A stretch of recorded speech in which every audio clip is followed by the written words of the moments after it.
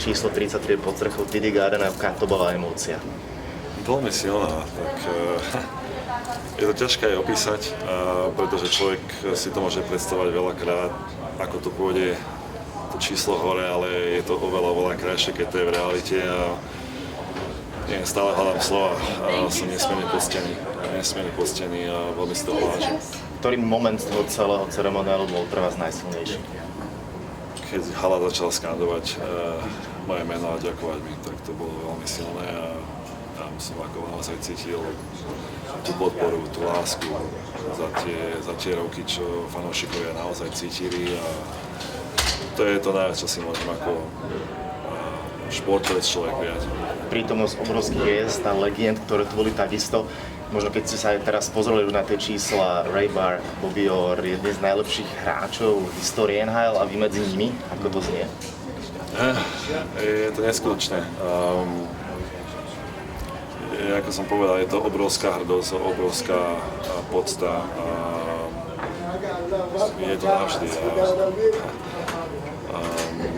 Myslím si, že je to jeden z deň určite, ktorý nezabudnem a bude to tam vždy, takže ja som nesmierne hrdý, že také niečo sa vôbec podarilo. A môžeme si dovoliť povedať z takej malej krajiny, že naozaj veľmi málo hráčov, ktorí to môžeme takto okúsiť a zažiť a som veľmi vďačný a samozrejme hrdý na to, že Slovák pochádza zo Slovenska. Zdeno, pekný moment, aj vlastne vaše deti vyťahli hore ten banner. To bol váš úmysel? Chceli ste to tak? Pekný moment naozaj, že deti to vyťahli. Je to veľa krajšie, ako by som to robil ja. Ja som si to ešte užíval viac za nich, takže je to rodina. Obetovali hrozne veľa, zvlášť moja manželka. Všetko, čo za tie roky pre mňa obetovala, spravila. A samozrejme, deti, všetko, čo robíme vlastne teraz ako rodičia aj pre deti. Takže pre nich mať ten moment a pre mňa to vidieť je oveľa krajšie, ako keby som to ja robil. Zdeno, vidíš Slovensko niekde vo svojich budúcich kariérnych plánoch, čo sa týka hokeja? Nie. Nechceš sa zapojiť do slovenského hokejového hnutia niekedy v budúcnosti? Nemám teraz vôbec o tom nejak myšlienky a žijem tu v Amerike a s rodinou. A deti sú tu zakomponované v školách. Bolo by veľmi ťažké sa vrátiť teraz na Slovensko a nemá také plány. Ja sa ešte vrátim k tomu celému ceremoniálu, keď ste tam boli s tými legendami, možno čo vám povedal Bobby Orr, ak tam bol už nejaký small talk, čo vám povedali možno ostatní? Tak všetci gratulovali, boli nesmierne šťastní aj za mňa, za moju rodinu a hrdí na mňa. A budeme určite teraz rozprávať viacej, ale ja som oveľa viac šťastnejší, že tu mohli byť a prítomní v tejto situácii, na tejto ceremonii. Mať ich podporu počas tohto celého je pre mňa obrovská. To je celý svet pre mňa, pretože to sú ikony, ktoré zmenili